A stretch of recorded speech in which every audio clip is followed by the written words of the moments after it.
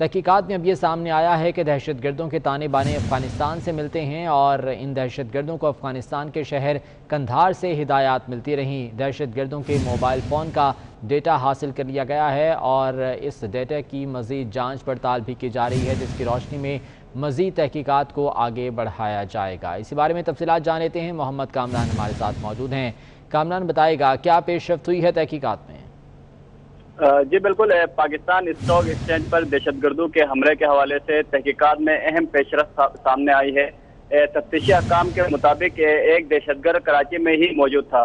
حملہ کرنے والے 3 دہشت گرد جب ہب کے راستے سے کراچی آئے، کراچی سے ایک دہشت گرد اور دیگر 2 سہولت کاروں نے حملے کی پلاننگ مکمل کر لی۔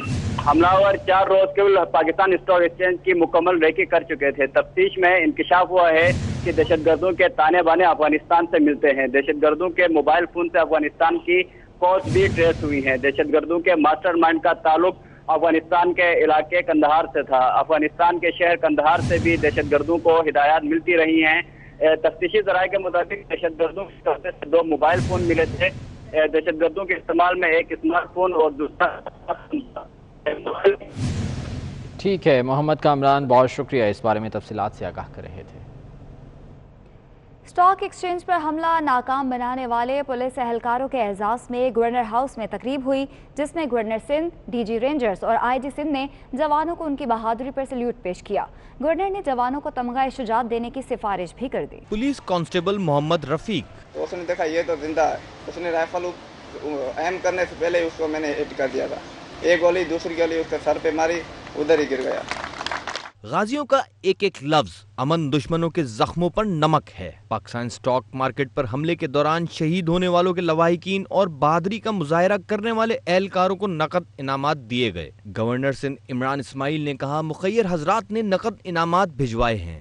وش کہ میرے پاس ہوتے، میں کچھ کرنا بھی چاہتا تو اس میں اتنی ممکن نہیں کر پایا، لیکن میں یہ بات مجھے سب نے، میرے دوستوں نے جنہوں نے اس کار خیر میں حصہ لیا، آپ حضرات کے لیے یہاں پہ کیش انعام کے تحفے لے کر آئے، میں آپ کا بہت مشکور ہوں۔ پولیس اہلکاروں کے لیے 27 تقریب سے خطاب میں ڈی جی رینجر سندھ عمر بخاری نے جوانوں کا حوصلہ بڑھایا۔ اس میں ہماری پوری قوم نے یکجا ہو کے اپنے اپنے فیلڈ میں، اپنے اپنے شعبے میں ایک آہنی دیوار بن کے اس کا مقابلہ کیا، جس کی وجہ سے پچھلے 1.5 سال سے جو دہشت گردی کا واقعہ نہیں ہوا۔ آئی جی سندھ مشتاق مہر نے کہا نچلی فارمیشن کے جوانوں نے اعلیٰ کمان کی عدم موجودگی میں چند منٹوں میں دہشت گردوں کا صفایا کر کے پیشہ ورانہ مہارت کا مظاہرہ کیا۔ کے سامنے 2 زخمی پڑے تھے، لیکن انہوں نے اپنا حوصلہ نہیں ہارا، اپنے حواس قائم رکھے اور اگلے 2-3 منٹ میں ان کا صفایا کر دیا۔ حملے میں شہید ہونے والے پولیس کانسٹیبل اور سیکیورٹی گارڈز کے لواحقین کو 10-10 لاکھ جبکہ حملہ ناکام بنانے والے اہلکاروں کو 15 لاکھ روپے دیے گئے۔ Corps commander Karachi lieutenant general Humayun Aziz نے سینٹرل پولیس آفس کا دورہ کیا، یادگار شہداء پر حاضری دی اور فاتحہ خوانی کی۔ کور کمانڈر نے کراچی اسٹاک ایکسچینج پر حملہ ناکام بنانے والے اہلکاروں کو خراج تحسین پیش کیا۔ کور کمانڈر کا کہنا تھا کہ پولیس، رینجرز اور سیکیورٹی گارڈز نے بہادری سے دہشت گردوں کا مقابلہ کیا۔ سینٹرل پولیس آفس پہنچنے پر آئی جی پولیس مشتاق مہر نے کور کمانڈر کا استقبال کیا۔ Corps commander Karachi lieutenant general Humayun Aziz نے سینٹرل پولیس آفس کا دورہ کیا، یہاں پر یادگار شہداء پر حاضری دی اور فاتحہ خوانی کی۔ انہوں نے کراچی اسٹاک ایکسچینج پر حملہ ناکام بنانے والے اہلکاروں کو خراج تحسین بھی پیش کیا۔ اس موقع پر ان کا کہنا تھا کہ پولیس، رینجرز اور سیکیورٹی گارڈز نے بہادری سے دہشت گردوں کا مقابلہ کیا۔ پیپلز پارٹی نے اسپیکر قومی اسمبلی اسد قیصر کے خلاف تحریک عدم اعتماد لانے کا عندیہ دے دیا۔ نفیسہ شاہ کہتی ہیں کہ اسپیکر کو غیر جانبدار ہونا چاہیے، اسپیکر کا رویہ غیر سنجیدہ ہے۔ عمران خان اپنے آپ کو مائنس کرنے کا کام خود کر رہے ہیں، وزیر ہوابازی کے بیان پر غداری کا مقدمہ چلنا چاہیے۔ ناز بلوچ کا کہنا تھا کہ کابینہ میں صرف اشرافیہ اور مافیاز کو اکٹھا کر دیا گیا ہے۔ میں سمجھتی ہوں ہماری جماعت بھی سمجھتی ہے کہ اسپیکر جو ہے وہ اس وقت متنازع بنا ہے، اور ہم اپنے ٹائم پر، وہ ہمارے پاس آپشن موجود ہے کہ ہم کب اور کیسے ان کے اوپر نو کانفیڈنس کا موشن جمع کراتے ہیں۔ ہم سمجھتے ہیں کہ یہ غداری سے کم نہیں ہے، یہ جرم صرف اس کی ریزگنیشن سے ان کی اور یہ ان کے جو لیڈر ہیں ان کی ریزگنیشن سے کام نہیں بنے گا. ہمارا پھر سے یہ مطالبہ ہے کہ وزیر ہوا بازی فی الفور خود اگر اپنی عزت بچانا چاہ رہے ہیں تو خود ریزائن کریں, اور ہم یہ ڈیمانڈ کرتے ہیں کہ ان کے اوپر مقدمہ ہونا چاہیے. یہ غداری ہے, غداری کے سوا کم نہیں ہے. وہ جو اشرافیہ ہیں جن کے خلاف تحریک انصاف کی جنگ ہونی تھی, وہ اشرافیہ اور وہ مافیا اس وقت کابینہ میں بیٹھ کے عوام کی چینی چوری کر رہے ہیں. ایم کیو ایم بحالی کمیٹی کے سربراہ ڈاکٹر فاروق ستار نے تحریک انصاف کو اپوزیشن کو ساتھ لے کر چلنے کا مشورہ دے دیا. کہتے ہیں پی ٹی آئی اپوزیشن کو بتائے کہ حالات بہتر ہوں گے تو ہی انتخابات ہو سکیں گے. انتخابات کے وقت کا تعین اپوزیشن کو ساتھ لے کر کیا جائے. مشاورت کریں قومی سطح پر, کریڈٹ کی بات نہ کریں. آپ اور اپوزیشن مل کر اچھے پیکج عوام کو ریلیف اور امید دیں, اس کے علاوہ کوئی راستہ نہیں ہے. ویسے ہی آپ کی کلئی کھل گئی ہے, دعوے اتنے بڑے, کھودا پہاڑ, اس میں سے چوہا بھی نہیں نکلا. ابھی بلدیاتی انتخابات نہیں ہوئے, پنجاب میں بلدیاتی ادارے بھی نہیں ہیں, ان کے اختیارات کا معاملہ بھی ہے. تو انتخابات بلدیاتی ہوں, کورونا سے نمٹیں گے تو بلدیاتی انتخابات کی طرف جائیں گے بھائی. کورونا سے نمٹیں گے تو قومی انتخابات کی طرف جائیں گے. اور سینیٹر سراج الحق نے ڈاکٹر فاروق ستار کی سوچ کی حمایت کر دی. ملک کو دلدل سے نکالنا ہر جماعت کی ذمہ داری ہے. انہوں نے کہا کہ خیال تھا کہ 5 سال بعد ناکامی کا رونا روئیں گے, لیکن یہ 22 ماہ بعد ہی شروع ہو گئے. ان کے اپنے وزراء اپنے جھگڑوں پر جگ ہسائی کا باعث بن رہے ہیں.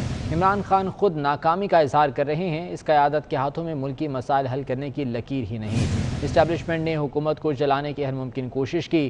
وفاقی وزیر کے بیان پر لوگ پی آئی اے سے خوف زدہ ہو گئے ہیں. حکومت سمجھدار نہیں تو سمجھداروں سے مشورہ کر لے.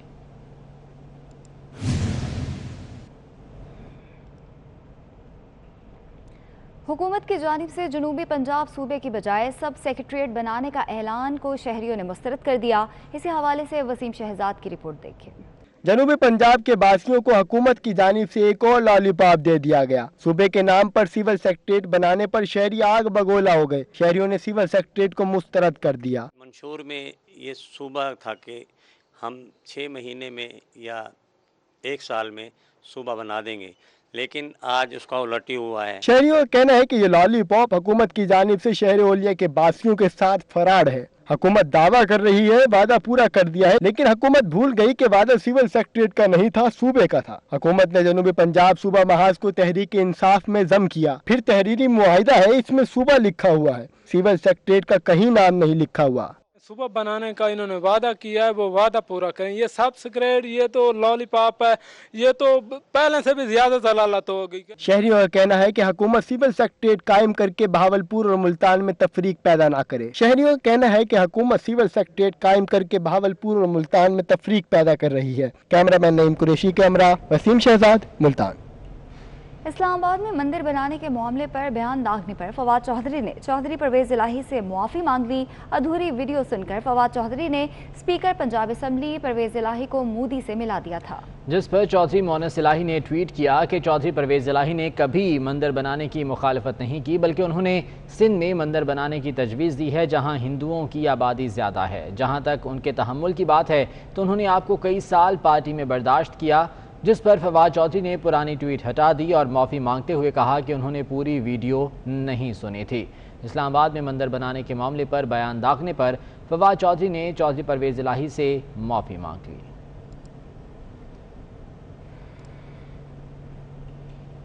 وفاقی وزیر فواد چودھری نے روز ویلٹ ہوٹل کو فروخت کرنے کی خبروں کی تردید کر دی ہے. کہتے ہیں ایسی کوئی پالیسی کابینہ کے ایجنڈے پر نہیں تھی. وہ 24 نیوز کے پروگرام نسیم زہرا ایٹ 8 میں گفتگو کر رہے تھے.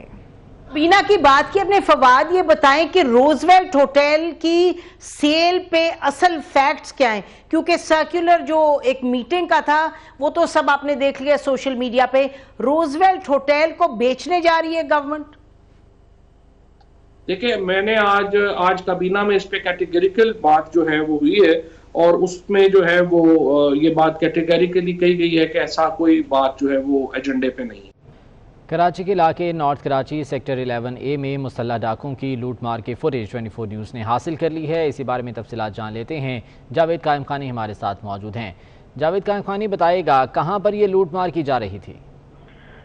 جی نارتھ کراچی کا علاقہ سیکٹر 11A کے اندر ڈرگ مارٹ یعنی کہ بہت بڑا میڈیکل اسٹور ہے، جس میں کئی تو مزدور اور دکاندار بھی دکھائی دے رہے ہیں، اور اس کے ساتھ ساتھ 4 ملزمان جو ہے وہ جدید اسلحے کے ساتھ مارٹ کے اندر داخل ہوتے ہیں، دوائیاں لوٹتے ہیں، کیش کاؤنٹر سے کیش لوٹتے ہیں، اور اس کے ساتھ ساتھ دکاندار میں جو سیل مینز موجود ہیں ان کو تشدد کا نشانہ بھی بنایا جاتا ہے۔ جبکہ ایک دوسری جو فوٹیج ہے 2 اینگل سے فوٹیج کی گئی ہے اس کی، اس کے اندر دیکھا جا سکتا ہے کہ ایک مسلح شخص جو ہے وہ فون پر رابطے میں ہے کسی کے، کہاں کے کاؤنٹر ڈائریکشن لی جا رہی ہے کہ پیسے کہاں پر موجود ہے، یعنی کہ پلاننگ کے تحت جو ہے اس کو لوٹا گیا ہے، اور اس کے خلاف جو ہے وہ درخواست بھی دی گئی ہے، اور پولیس نے اب مقدمہ درج کر کے باقاعدہ تفتیش کا آغاز کر دیا گیا۔ جبکہ یہ جو ٹھیک ہے جاوید قائم خانی، بہت شکریہ اپڈیٹ کرنے کے لیے۔ پی ٹی اے نے پب جی گیم پر پابندی عائد کر دی ہے۔ پی ٹی اے کا کہنا ہے کہ پب جی گیم کے بچوں کی ذہنی اور جسمانی صحت پر منفی اثرات مرتب ہو رہے تھے۔ اسی حوالے سے عرفان ملک کی رپورٹ دیکھیے۔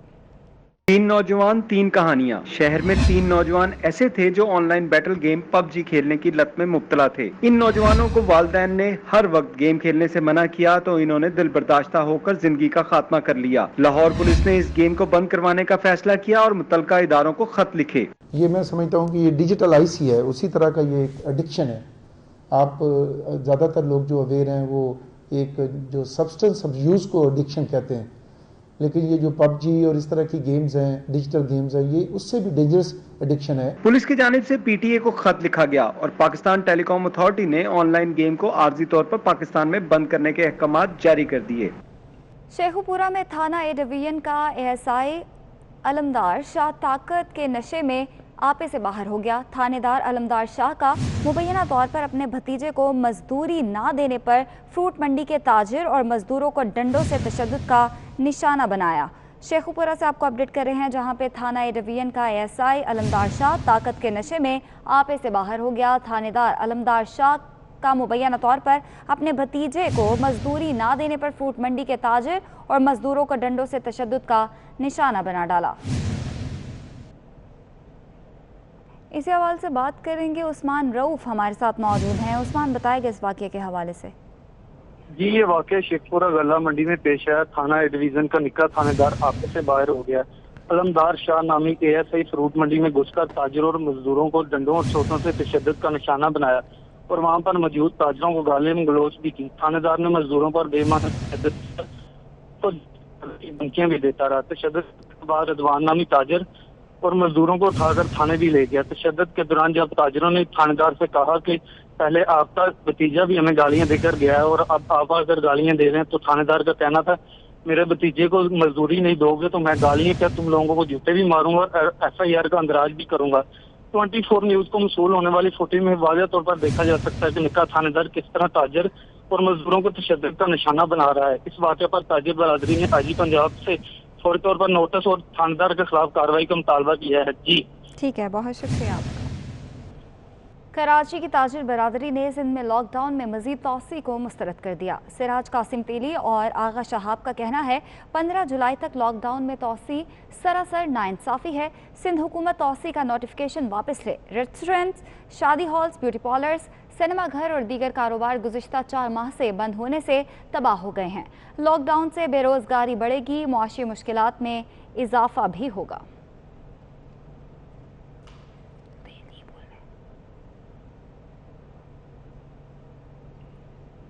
راولپنڈی میں کرونا وائرس سے متعلق اچھی خبر ہے کہ گزشتہ 24 گھنٹوں میں راولپنڈی میں کرونا وائرس کے باعث کوئی مریض جاں بحق نہیں ہوا، جبکہ گزشتہ 24 گھنٹوں میں 80 مریضوں نے کرونا وائرس کو شکست بھی دی اور صرف 55 نئے کیسز سامنے آئے ہیں۔ راولپنڈی میں کرونا وائرس سے متعلق اچھی خبر ہے کہ گزشتہ 24 گھنٹوں میں کرونا وائرس کے باعث کوئی ہلاکت نہیں ہوئی اور 80 مریضوں نے کرونا وائرس کو شکست بھی دے دی ہے، جبکہ صرف 55 نئے کیسز سامنے آئے ہیں۔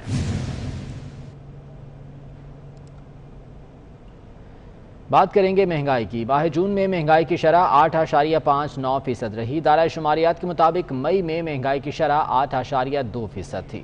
گزشتہ سال جولائی سے اب جون تک مہنگائی کی شرح 10.74% رہی۔ شہروں کی نسبت دیہاتوں میں مہنگائی زیادہ بڑھی۔